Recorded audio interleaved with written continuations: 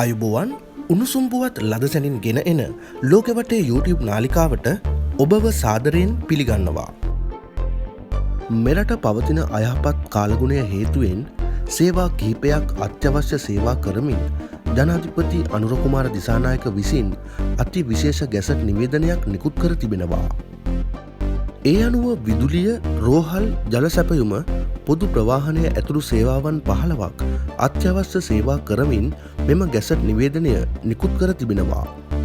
ඒ අනුව එම අත්‍යවශ්‍ය සේවාවන් වන්නේ විදුලිය, ගිලන් රථ සේවා, ඉන්ධන, මහ බැංකුව, සෞඛ්‍ය සේවා, රාජ්‍ය බැංකු සහ ප්‍රවාහනය, රක්ෂණ සේවා, ජලය, වාරිමාර්ග, ආහාර, දුරකථන සේවා, දිස්ත්‍රික් ලේකම් කාර්යාලය, විදුලි සංදේශ හා මාධ්‍ය, ප්‍රාදේශීය ලේකම් කාර්යාලය ඇතුළු ක්ෂේත්‍ර නිලධාරීන්, පහත් බිම් ගොඩ කිරීම, කෘෂි සහ කෘෂි රක්ෂණය යන සේවාවන් වනවා.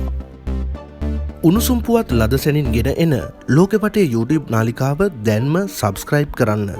ඔබ සැමට සුබ දවසක්.